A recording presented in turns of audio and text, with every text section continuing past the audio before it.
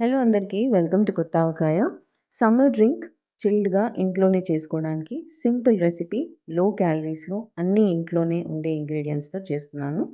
Only thing మనం ప్రిపేర్డ్‌గా పెట్టుకోవాల్సిందల్లా rose syrup మార్కెట్‌లో దొరికేది తెచ్చుకొని యూజ్ చేయొచ్చు. దీనికి కావాల్సిన ఇంగ్రీడియెంట్స్ అన్నీ చెప్తూ నేను రెసిపీ స్టార్ట్ చేస్తాను. టు స్టార్ట్ విత్ సేమియా. రోస్ట్ చెయ్యని సేమియా అన్‌రోస్టెడ్ వన్.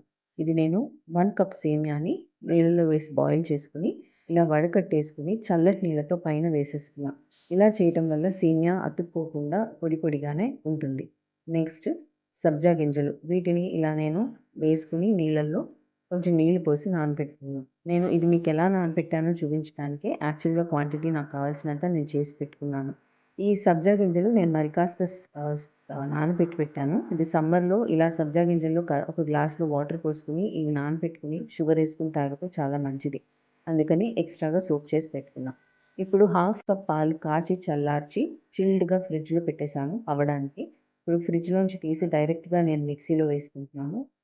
హాఫ్ లీటర్ పాలకి నేను 3/4 కప్ రోజ్ సిరప్ వేసి మిక్సీ చేసుకుంటున్నాను రోజ్ మిల్క్ కోసం. ఇది కూడా రెడీ అయిపోయింది. ఇది చిల్డ్‌గానే ఉంచుకోవాలి. మీకు ఇంకా చిల్డ్‌గా కావాలంటే ఇంకొంచెం సేపు ఫ్రిడ్జ్‌లో పెట్టిన తర్వాత మీరు ఎప్పుడు తాగాలనిపిస్తే అప్పటికప్పుడు చేసుకోవచ్చు ఈ రెసిపీ. ఇప్పుడు గ్లాస్‌లో రోజ్ సిరప్ ఫస్ట్ లేయర్‌లో వేస్తున్నాను.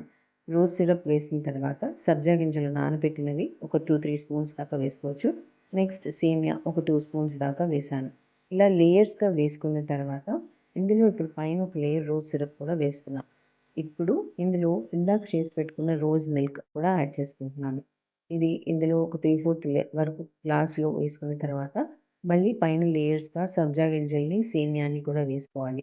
ఇది మీరు కావాలంటే ఐస్ క్రీమ్ కూడా వేసుకొని టాప్ చేయొచ్చు. చాలా బాగుంటుంది. నేను ఇవాళ లో క్యాలరీ అనుకున్నాను కాబట్టి కంప్లీట్‌గా ఐస్ క్రీమ్ స్కిప్ చేసేసాను. ఇప్పుడు ఇందులో కొంచెం సబ్జా గింజలు మళ్ళీ వేసుకొని, పైన రోజ్ సిరప్ వేసి, ఫ్రెష్‌గా చాప్ చేసిన బాదం పప్పులతో గార్నిష్ చేసుకుంటే perfect summer drink rose falooda ready to serve. నచ్చితే like, share and subscribe. Thank you.